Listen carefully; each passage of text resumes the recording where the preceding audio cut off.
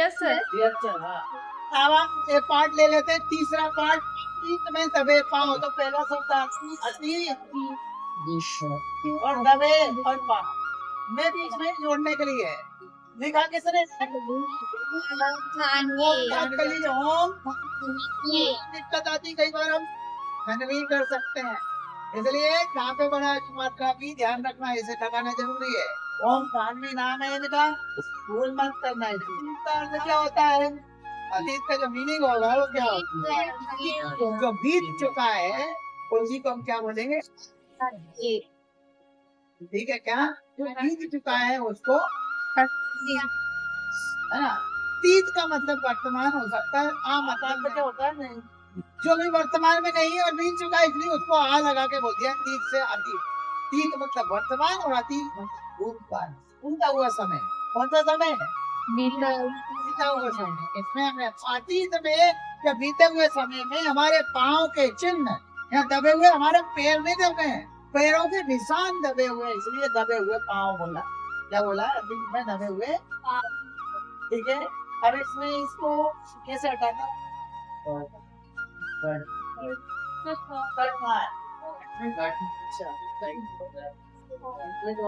हाँ चलिए अब अपन कर लेते हैं, पढ़ना शुरू करते हैं। फिर से ले।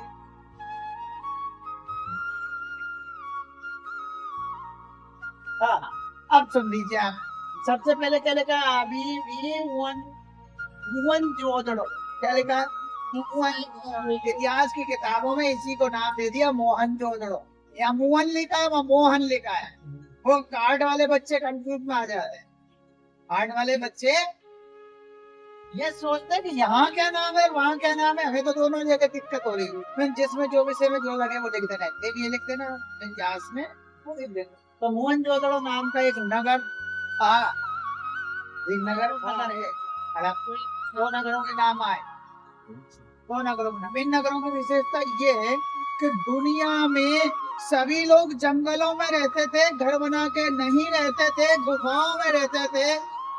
गुफाओं में पहले से बनी हुई पत्थरों की गुफाओं में वो रहे हैं, वो कभी घर नहीं बना पाए, घास फूस लकड़ी झुग्गी झोपड़ी भी नहीं बना पाए थे। उस समय हमारे यहाँ पक्के मकान और नगर बना के रह रहे। क्या बना के? नगर। गांव तो बहुत बड़ी बात नहीं है, नगर बना के रह रहे। यूरोप, अमेरिका और अन्य महाद्वीपों के लोग जब गुफा में रहते थे उस जमाने में हमारे यहाँ घर बना के नहीं, घर के साथ साथ पक्के घर, ईंट के घर और साथ में नगर वाले। क्योंकि नगरीय सभ्यता कोई छोटी बात नहीं है, ग्रामीण और वन की सभ्यता तो हर कोई अपना लेगा, तो सभी ने अपनेगा, लेकिन नगरीय सभ्यता तक कब पहुंच सकते हैं? जब जिसने बहुत ज्यादा बुद्धि का विकास कर लिया हो और बहुत ज्यादा अपने आप को इतना विकसित कर लिया हो कि वो घर बना सके और नगर बसा सके, नगर को योजना अनुसार बसा सके। तो गांव तो बिना योजना के बचते हैं, कोई घर कहीं है, कोई घर कहीं है, कोई घर पास में, कोई घर बहुत दूर है, कहीं पे बहुत ज्यादा मैदान भी पड़ा गाँव के बीच में, कहीं बिल्कुल मैदान है, तो कहीं की गली बहुत ज्यादा चौड़ी है, कहीं की गली बिल्कुल संकरी और कहीं गली नहीं।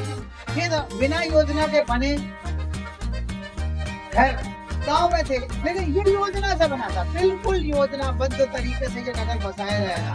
बाकायदा गलियां संपूर्ण पर आकर मुख्य सड़क को काटती थी। एक मुख्य सड़क, बहुत चौड़ी सड़क, उसमें जो भी गली आगे मुड़ेगी मिलेगी उससे वो टेढ़ी मेढ़ी नहीं मिलेगी, एकदम सीधी गली। हर गली एक दूसरे को संपूर्णपण काटती थी। इस तरह से योजना से इन नगरों को बसाया गया था।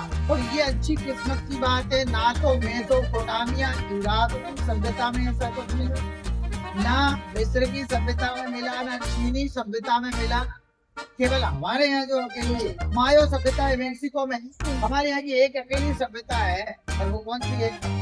नहीं, किसी को कहते हैं, जैसे सिंधु घाटी सभ्यता भी बोलते हैं। क्या बोलते हैं? या फिर हड़प्पा सभ्यता। हड़प्पा नगर का नाम है, इसलिए इसके नाम से भी उसको बोलते हैं। और सिंधु घाटी इसलिए बोलते हैं, तो सिंधु नदी के पास में। तो पहले क्या होता था, भाई इतने लोग भी नहीं थे, ना इतने साधन थे, ना खेती थी, तो लोग कहाँ बसते थे? तो सबसे पहले नदी का किनारा ढूंढते थे। अब नदी का किनारा नदी के ज्यादा पास में नहीं, नदी से थोड़ा दूर, इतनी दूर कि जहाँ पे बाढ़ का पानी ना पहुंचे, इतनी ऊंचाई की जगह देखते थे।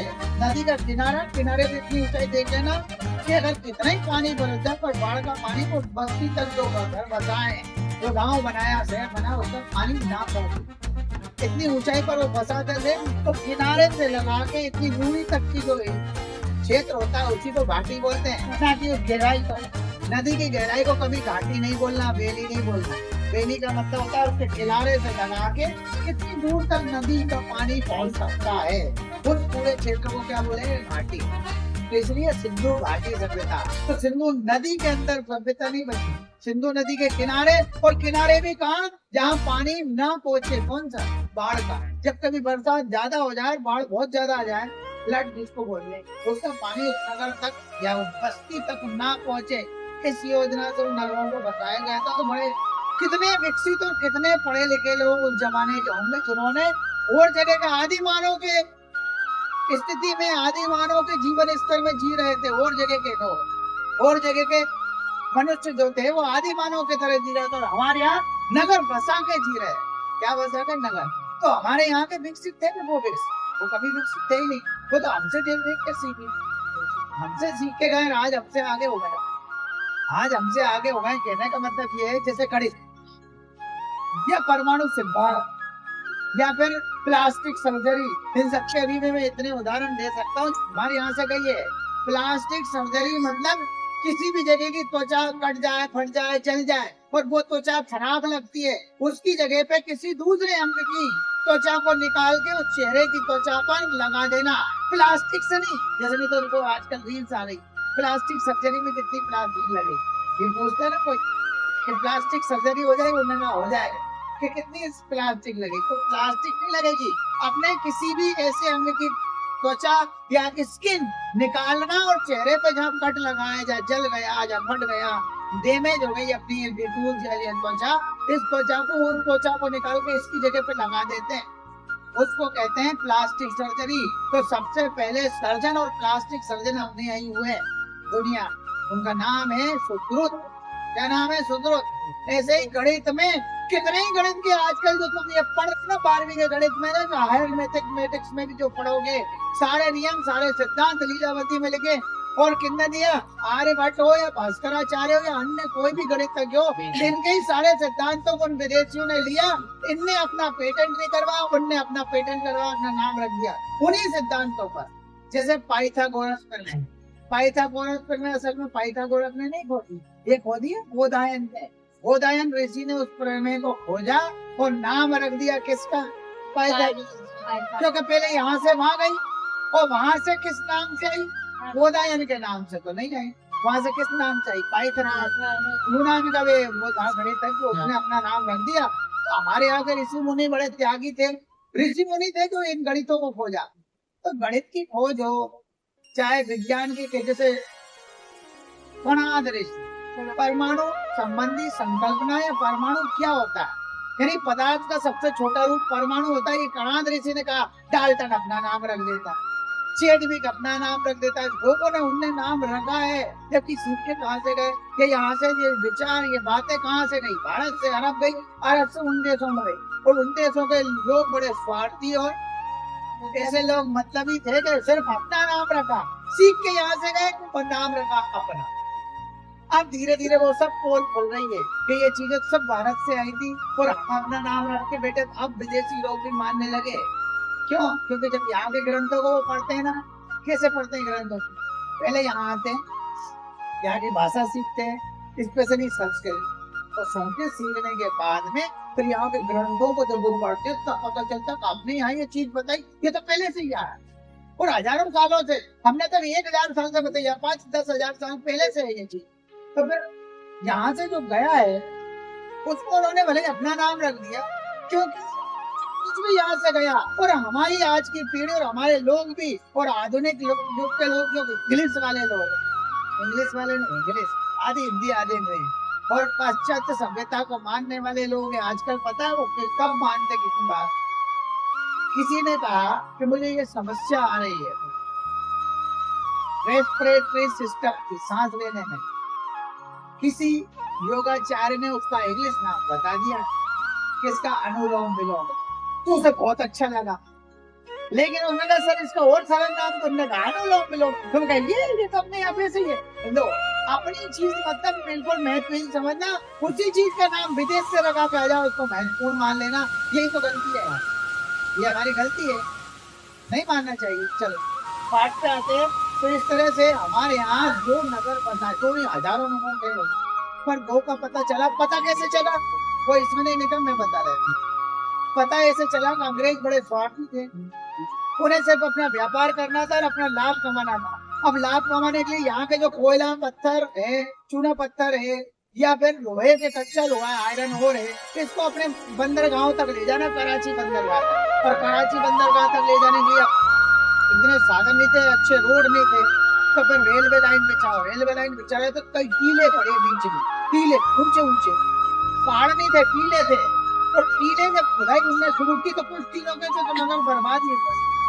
लेकिन बाद में अंग्रेज ने कोशिश की तो बहुत कुछ भी करना है, इसको तो सावधानी से खोदना, रेलवे लाइन की जगह बदलो, मतलब इसकी जो लाइन दिख रही है इसकी लाइन की दिशा बदल दो, स्थान बदल दो, ये जो टीलों को छोड़ो, कुछ चीजें बर्बाद हो गए हो जाने दो, लेकिन जो बची उन्हें तो खोद दो। तो फिर उनको वैज्ञानिक ढंग से खोदा गया, ब्रश से, ऐसे नहीं खेती फावड़े से तगाड़ी से खोदने, ब्रशों से छोटी छोटी औजारों से खोदा। जब खोद खोद के कई साल लग गए उनको खोदने आए, तब पता चला कि नीचे तो पूरा पूरा नगर दबे पड़े, और उसमें कई स्थान निकले, लोथल निकला, मोहनजोदड़ो, हड़प्पा निकला, ऐसे कई स्थान ऐसे निकले, भारत में निकले, पाकिस्तान में। आजकल भले वो पाकिस्तान में, उस समय भारत ही था। तो ये जब सभ्यता की खोज हुई, ये पूरी सभ्यता किसकी कहलाई? भारत। और सिंधु नदी के आसपास, गंगा नदी के आसपास, और एक नदी लुप्त हो गई है सरस्वती, उसके आसपास भी ये बहुत सारे नगर जमीन में दबे हुए निकले। अब नगर में ऊपर की छतें तो किसी की बची नहीं होंगी, क्या बचा? दीवारें बची, जमीन बची, फर्श बची है। तो इससे भी तो पता चल जाता है कि नगर कैसा था, विकसित था, डेवलप सिटी था, कैसे ही था, काम चला नहीं, विकसित नगर थे। तो उसी के बारे में ये सब बताया कि वो नगर कितने विकसित थे, उस बात पर यह चर्चा होगी, समझ गए? तो पहले क्या लिखा था?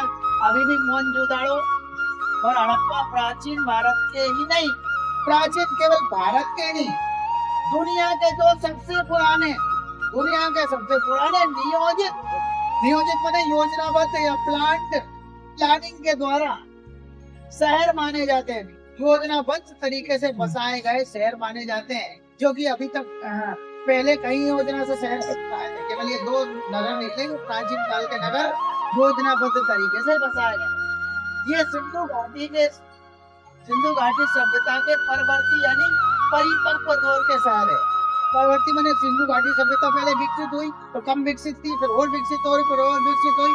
जो आखिरी समय था, बाद वाला समय, जब पूरी तरह सिंधु घाटी सभ्यता विकसित हो गई, उस समय को कहा परिपक्व दौर या परवर्ती। परवर्ती मतलब बाद का समय, शुरुआत का समय पूर्ववर्ती कहलाता। सिंधु घाटी सभ्यता जब विकसित हो रही थी वो पूर्ववर्ती, बाद में जब एकदम पूरी तरह से विकसित हो गई तब का समय परवर्ती। और परिपक्व दौर यानी एकदम मेच्योर हो गई थी उसका कोई। खुदाई में बहुत शहर भी मिले, लेकिन मोहनजोदड़ो ताम्रकाल के शहरों में सबसे बड़ा है। ताम्रकाल मतलब जिस काल में तांबे धातु का सबसे अधिक उपयोग मनुष्य ने किया हो, उस युग को ताम्रकाल कहते हैं। तो आज का युग सबसे अधिक कौन सी धातु का उपयोग कर रहे हैं? लोहे का। तो ये लोह युग कहलाएगा। कभी जब इस सभ्यता की खोज होगी, हम लोग नहीं बचेंगे, आगे का मनुष्य चाहेंगे, वो जब इसको खोजेंगे तो क्या कहेंगे? लोह युग की सभ्यता है या लोहकालीन सभ्यता। ऐसे जिस जमाने में तांबा, कॉपर धातु के बने सामानों का उपयोग जिस काल में किया जाता था, उस काल को कहा ताम्रकाल। क्या काल? ताम्रकाल या कॉपर एज भी बोलते। और उस जमाने के सबसे बड़े शहर है, और सबसे कैसे उत्कृष्ट बने, बहुत अच्छे भी है, लेकिन खुदाई यहीं पर संभव हुई। बड़ी तादाद में इमारतें मिली, सड़कें मिली, धातु भी मिली, मेटल पत्थर की मूर्तियां मिली, धातु और पत्थर दोनों की मूर्तियां मिली, चाक मिले। चाक कौन से? कुम्हार, वो जिनको बर्तन बनाया जाता है उसको चाक बोला, दिखने वाली को चाक नहीं बोला जाता। चाक का मतलब कुम्हार का वो पहिया जिस पर वो बर्तन बना। चाक पर बने चित्रित भांडे मतलब बर्तन, मिट्टी के बर्तनों को भांडे बोलते। अब नहीं बोलते कभी कभी जल्दी में बर्तन भांडे, मोहरे साजो सामान, मोहरे को चीज आजकल स्टैम्प बोलते हैं, तो स्टैम्प मिले, साजो सामान और खिलौने आदि मिले, सभ्यता का अध्ययन संभव हुआ। उधर सैकड़ों मील दूर हड़प्पा, मोहनजोदड़ो से सैकड़ों मील दूर हड़प्पा में भी ज्यादातर साग से रेल लाइन बिछाने के दौरान हड़प्पा में तो कई टीले बर्बाद हो गए रेल लाइन बिछाने के दौरान, लेकिन कुछ टीलों को जो होगा तो कुछ को मिला, लेकिन मोहनजोदड़ो ने पूरी तरह से बचा लिया और उसको अच्छी तरह से बुझाई करके फिर उसका पता लगाया, उसका रिसर्च किया।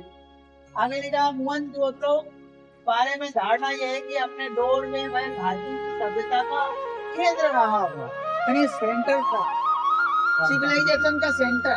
सभ्यता मतलब होता है सिविलाइजेशन, इंग्लिश सभ्यता, civilisation Indus valley civilisation English में बोलते हैं। इंडस मतलब सिंधु, वैली मतलब घाटी और सिविलाइजेशन मतलब सभ्यता। तो इंडस वैली सिविलाइजेशन या सिंधु घाटी सभ्यता का सेंटर पॉइंट था, केंद्रीय बिंदु था मोहनजोदड़ो। कौन था? मोहनजोदड़ो, यानी एक तरह की राजधानी थी उस समय की सभ्यता की राजधानी। कौन था?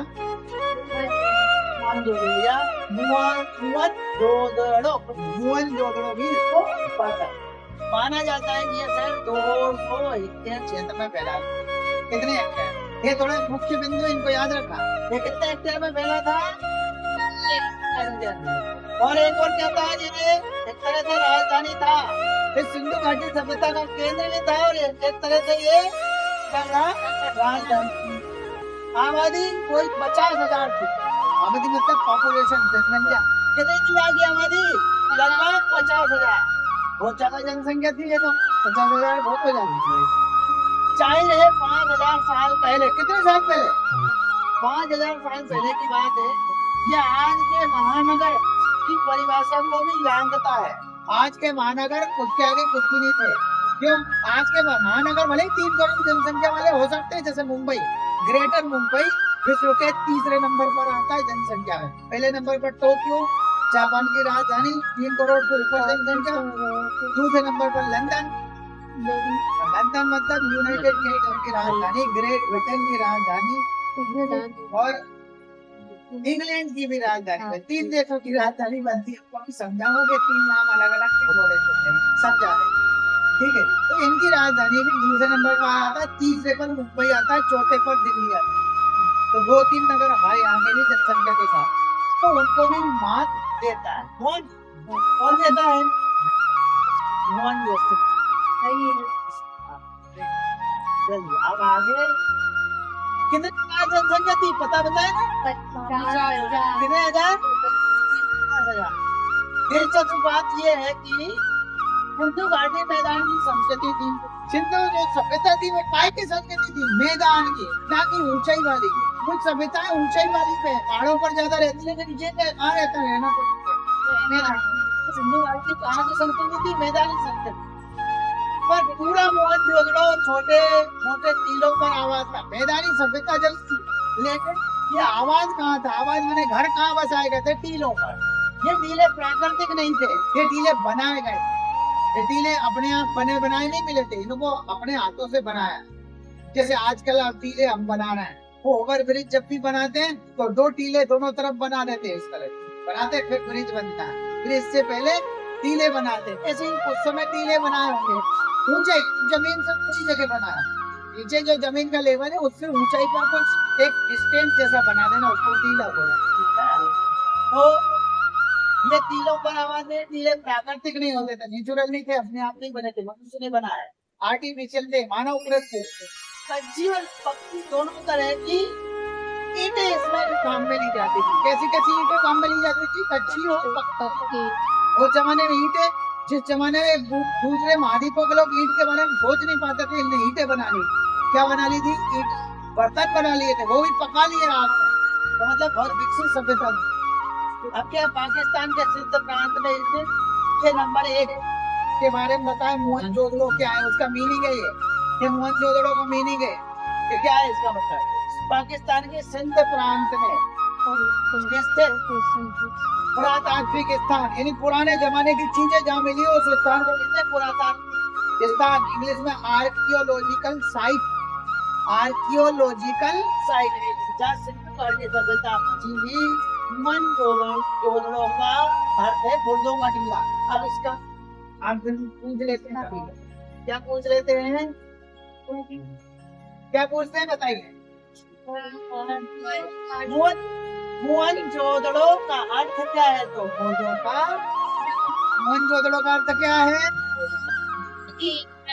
अच्छे से बोलिए। मुर्दे मतलब मरे हुए लोग जो शव कहलाते हैं, डेड बॉडी का टीला, ये बात है ना। वर्तमान समय में इसे मोहनजोदड़ो के आगे नाम है इसका सही मोहनजोदड़ो या जोदड़ो के नाम से जाना जाता है। और इस पर एक फिल्म भी बनी जिसमें ऋतिक रोशन क्या है, हीरो है। कौन है हीरो इसका? ऋतिक रोशन। ठीक है, तुम लोग तो पसंद करते हो। अब दूसरे, अब एक और कौन है? हड़प्पा। हड़प्पा का यहाँ पर बताया, पहला मीनिंग था मोहनजोदड़ो, उसका बता दिया। इसका अर्थ क्या होता है? मुर्दों का टीला। और ये कहाँ है? वर्तमान में इसका नाम क्या है? मोहनजोदड़ो। पाकिस्तान में पहले तो भारत ही था ना, विभाजन के पहले। ऐसे बोल दिया ना, उसमें मुर्दे दबे हुए थे, तो एक जमाने के लोग मर गए थे, वो उसमें दबे हुए। अब आता है हड़प्पा, पाकिस्तान के पंजाब प्रांत का तात्विक पुरातात्विक स्थान आर्कियोलॉजिकल साइट कहाँ है? पंजाब में। ये कहाँ है? अपने यहाँ का पंजाब ही दो भागों में बांटा विभाजन के समय। जब देश को बांटा, देश का पार्टीशन किया भारत का, तो पंजाब को दो भागों में बांटा। एक पंजाब अपने यहाँ रह गया जो अपना है छोटा सा, तो ज्यादा बड़ा पंजाब कहाँ चला गया? पाकिस्तान के पास, है ना। तो उसी पंजाब प्रांत में, पाकिस्तान का पंजाब प्रांत में पुरातात्विक स्थान या आर्कियोलॉजिकल साइट है, जब सिंधु घाटी सभ्यता का दूसरा प्रमुख नगर बसा था, जिसका नाम क्या? हड़प्पा। क्या नाम है? क्या? हड़प्पा। ठीक है ना, हड़प्पा नगर। कौन सा नगर? ये दोनों के मीनिंग समझ में आ गए। एक तो मोहनजोदड़ो का और ये मोहनजोदड़ो। मोहनजोदड़ो का अर्थ क्या है? इसके पहले कुछ और बता दे, कहाँ की राजधानी है? तो नगर सभ्यता की राजधानी थी। साथ में एक और बात लिखी थी, प्रमुख केंद्र भी था। कितने?